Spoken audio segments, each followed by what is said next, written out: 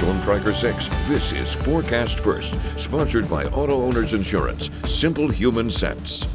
Even though satellite and radar is showing a couple of scattered sprinkles to the northwestern portion of our viewing area, most of that is evaporating before it reaches the ground, so we are still sitting under dry and sunny conditions across the area this evening. Temperature 77 degrees in Lansing and Jackson, 79 right now in Mason, Howell, Owasso, and in the city of St. John's as well. We are staying dry, mostly clear to partly cloudy overnight tonight. Overnight lows yet again in the low 50s.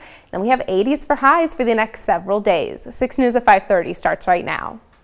WLNS is here for you, celebrating 75 years of bringing you the news with 6 News at 5:30.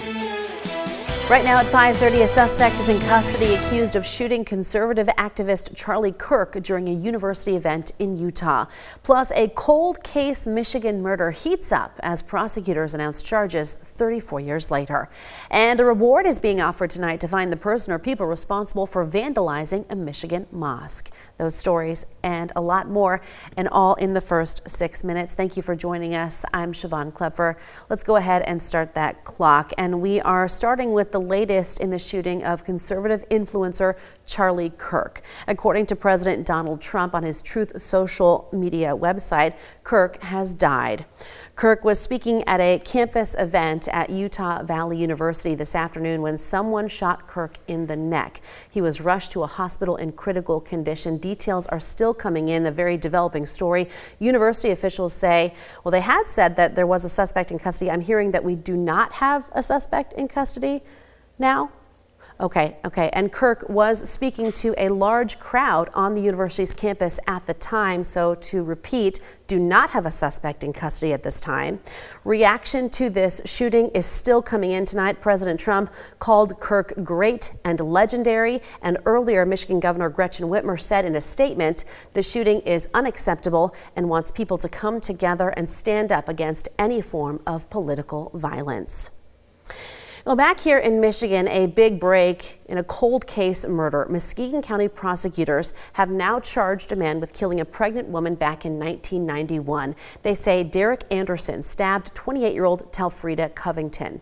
The now 59-year-old Anderson is already in prison serving a life sentence for murdering a jewelry store owner and a customer in Grand Haven in 2008. His younger brother, Dimitri Anderson, is also in prison for participating in the robbery and murders. In Warren, a $2,000 reward is being offered for information on who vandalized a mosque on Saturday night. The money is coming from the Council on American Islamic Relations. Imam Steve El Turk says windows were broken, walls were damaged, and graffiti was sprayed on the floor and construction equipment. I don't know if it has anything to do with the faith itself or with, with us being, here. Or if it has anything to do with what's going on overseas, for that matter. The department is investigating the vandalism. And cleanup is ongoing in California tonight after the U.S. Coast Guard says close to 70 containers carrying tons of cargo plunged into the water at the port of Long Beach. This happened yesterday morning. The ship, identified as the Mississippi, was set to be unloaded after arriving from China. It's not yet clear exactly what was inside the containers, but port workers say items included clothing, shoes, electronics, and furniture. The Coast Guard is leading the investigation on exactly what happened here. In Florida, a teenager was so eager to leave school that police say they hit the gas a little too hard and lost control of their car. And that's when the 17-year-old drove into the opposite lane of stopped vehicles after fishtailing on wet pavement. Police say nobody was seriously hurt, and this is another reminder to be very careful when driving on wet roads. Looking at news from the rest of the world now, Israeli airstrikes in Yemen killed at least 35 people and injured more than 130 others today. That's according to government officials there. Most of those killed were in the capital city, where a military headquarters and fuel station were targets. And this comes days after Yemen Houthi rebels launched a drone attack that struck an Israeli airport.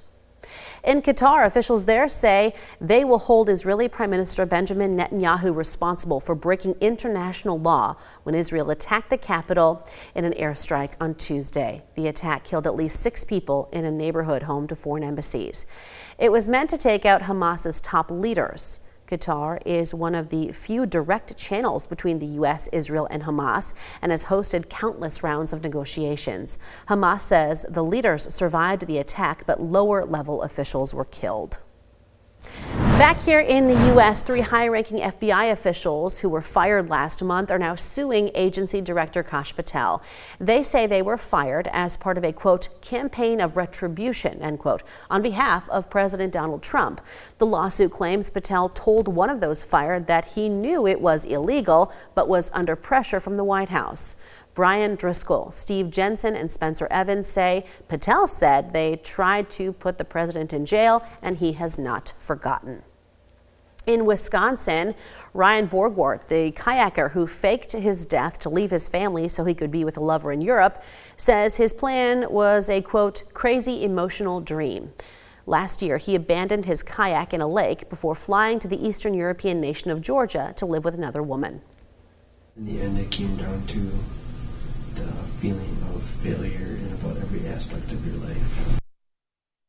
Interviews were done by investigators and recently released to reporters. He pleaded no contest to obstructing the investigation in August and was sentenced to 89 days in jail. As of this morning, Elon Musk could no longer be the world's richest man. That title might now belong to Oracle co-founder Larry Ellison. That's according to the financial news organization Bloomberg. Oracle's stock surged today after several multi-billion-dollar orders for its software products. The 81-year-old Ellison's net worth is estimated at $393 billion. However, Forbes is still listing Musk as the richest. The difference is in how the two news companies estimate the value of Musk's rocket company SpaceX, among other private holdings. And finally, in the first 6 minutes, NASA's rover has been busy on Mars digging up a tantalizing clue that we are not alone. Here's a selfie snapped by the Perseverance as it roamed the red planet, zeroing in on compelling evidence of ancient life.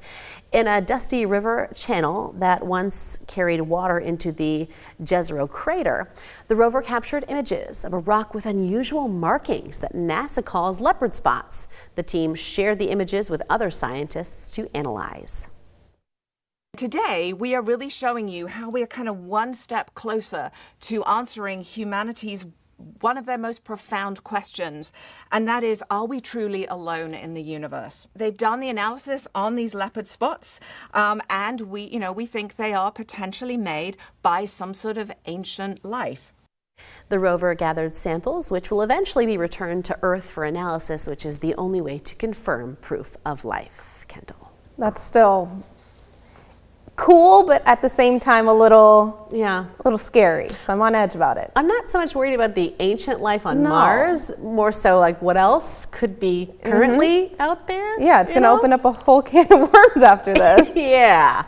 We got some nice weather down here on Earth. Yes, so we don't need to go anywhere anytime soon. We're talking well above average, low 80s for quite some time. We still haven't been able to get rid of that weekend rain though. Okay.